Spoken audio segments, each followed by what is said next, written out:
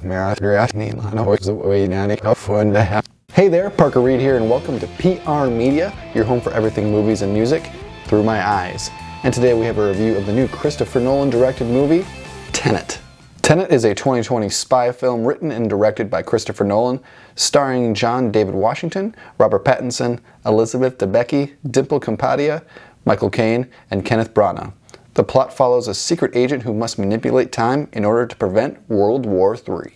Anyone who's familiar with Christopher Nolan knows he loves his manipulation of time movies like Memento, Interstellar, and Inception, and Tenet is right in that same vein as well, except it takes it to the absolute extreme. And for most of this movie, I was pretty confused. I have a hard time following these types of movies. I mean, I saw the movie Arrival, which was directed by Denis Villeneuve, and I was even confused in that, and that was 10 times simpler than Tenet. So if you're not focused on just focusing on the movie in this and you're just looking to have some popcorn and watch an action movie, Tenet is not for you. But if you are up for that, there's a lot to be had here. Without giving much of the plot away, Tenet is a very plot-focused movie. It sacrifices a lot of personal relationships in the movie for plot elements, and that can be a detriment for some people, but the plot in this movie is very thick, it's complicated, and it's constantly revealing things to you, so you gotta pay really close attention, and it constantly retextualizes itself as reveals are made throughout the movie. Overwhelmingly, I'd say the star of Tenet is Mr. Christopher Nolan himself, because his filmmaking style is on point in this movie, and it is absolutely gorgeous. There's a lot of manipulation of time in this movie, and it's represented with some scenes having characters moving forward in time normally, and some moving back in time, and sometimes it flops between the two, and you're just kind of left wondering what's going on, but the visual imagery is absolutely phenomenal. It rivals the hallway scene in Inception, and it is absolutely breathtaking from a filmmaking standpoint. And the action is really well shot. A lot of it is done in camera, so it's almost similar like a John Wick style movie, and everything is mostly practical. There is not a lot of computer generated imagery in this movie, which I really appreciate. I know that probably was painstaking to shoot, but I'm glad Christopher Nolan is still around to do things like that. Our protagonist, played by Mr. John David Washington, is an absolute standout as well. Of course, he's the son of Mr. Denzel Washington, and he's not even given a name in this movie. He's just simply titled protagonist, so that's sometimes hard to latch onto him from an emotional standpoint, but he is a star in the making. He plays almost a James Bond type character in this movie, and he's constantly going from plot element to plot element, leading you along, and as things are revealed to him, they're revealed to the audience, and so I've latched onto him from that standpoint. And his sort of sidekick throughout this movie is Mr. Robert Pattinson, who kills it as always. I know he was Edward Cullen in Twilight, but he is so much more than that. He's going to be Batman, for Christ's sake. He's a really talented actor, and he kills it in Tenet.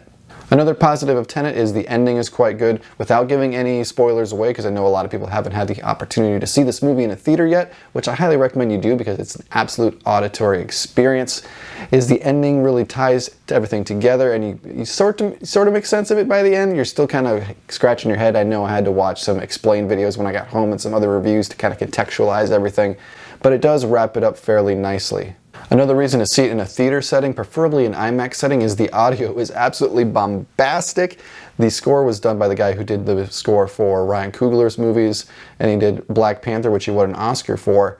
And Hans Zimmer was busy with the Denis Villeneuve movie Dune. That's why he didn't do this movie as he usually does Christopher Nolan's films. It is loud, it is unapologetic, and it's beautiful when it needs to be. The score was a standout of Tenet, and one that I was really impressed with. On the negative side of things as far as Tenet goes, like I said, getting to latch onto characters and their growth and their emotional complications, that's what a lot of the times really entices me to watch a movie, and that's not super present in this movie. It's the same sort of problem as was present in Dunkirk, Christopher Nolan's last movie. He kind of sacrifices that for the visual spectacle of it all and the time manipulation, and I don't love that aspect. If I could latch on to John David Washington's character a little bit more, that would have been nice, but this is not that type of movie. It's very plot driven, so I can sacrifice that if I need to.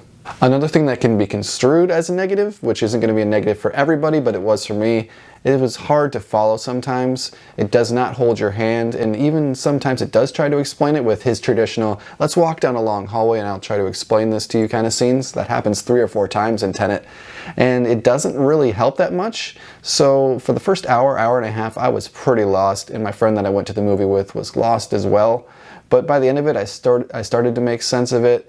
But it is a movie that is going to be lost on a lot of people, especially the general audiences. So before you go in, just kind of, really need to focus in on it if you really want to make sense of what's going on. So overall, I really enjoyed Tenet. It was a challenging experience, probably the most challenging theater experience I've had in the last couple of years, but challenging in a good way.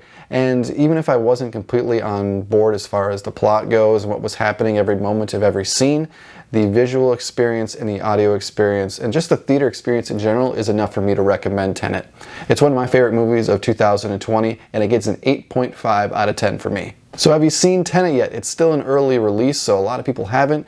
But when you get the chance, make sure you go out and see Christopher Nolan's Tenet. It is an absolute cinematic treat. We need to support movies like this so everything just doesn't go to VOD or digital release. Going to a theater is still really important, and I think you should go out and support this movie. You've been watching PR Media. My name is Parker Reed. Keep supporting physical media, and I'll see you next time. And remember, what's happened, happened. Wasn't us being here now. I mean, it never happened. You want to crash a plane? But not from the air. No, it's so dramatic. Well, how big a plane? That part is a little dramatic.